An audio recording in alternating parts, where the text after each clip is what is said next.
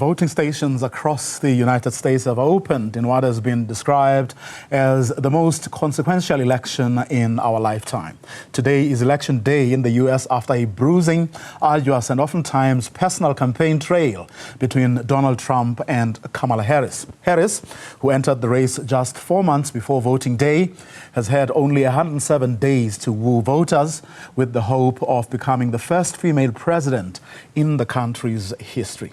Newzroom is in Georgia, Atlanta, and Xoli Mngambi is in Washington, D.C. Xoli, let's begin with you. I mean, it's a safe blue state, Washington. I mean, in 2020, Joe Biden won Washington with 58% of the vote to Trump's 39. But then again, 4 years before, then Hillary Clinton had won by 54% to Trump's 38, but Trump still went on to win the election.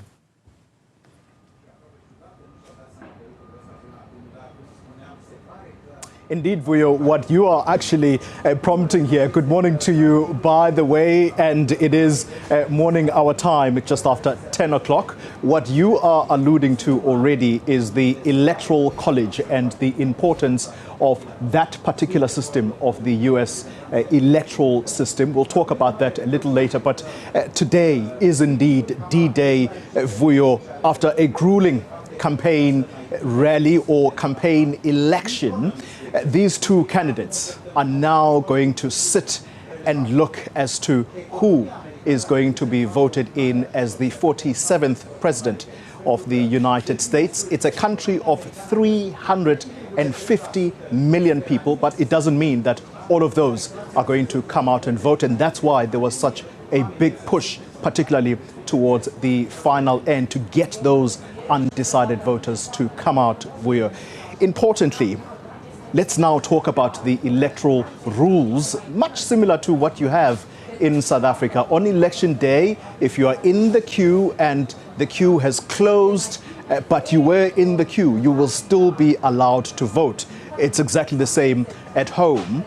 The difference, the slight difference, is that this system is purely machine driven. And so if the machines, though, are malfunctioning, you have the permission to ask for a manual ballot, and you will fill out that ballot, and the officials are there on hand. Should anything go wrong or you mark the ballot wrongly, you are absolutely allowed to return the ballot, and you say, can I have a fresh one, please? So similar rules to what we have in South Africa. But Vuyo, to come to your point, Hillary Clinton in 2016 loses the vote, yet she had the popular vote.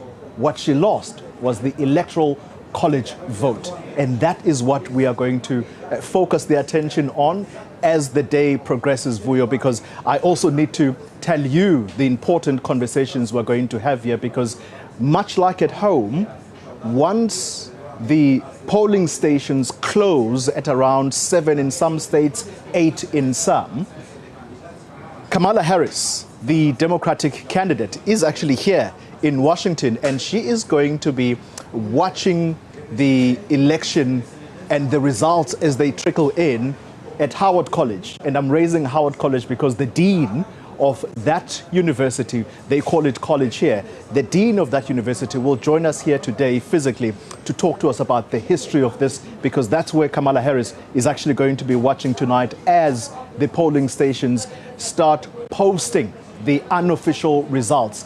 And that's when news stations collate that information and start calling this result. However, there is a caution, Vuyo, this time around, because of the close election that it is. The assumption is that the result will not necessarily come in as quicker as people may want it to be. And so that's how things stand here. Also added to this conversation, Vuyo, I will be joined by someone familiar to you and myself and the South African audience, Professor Xoli. He's a professor of sociology at the George Washington University. He's going to talk to us about how this election is going to shape the politics, not just of this country, but that of the continent as well.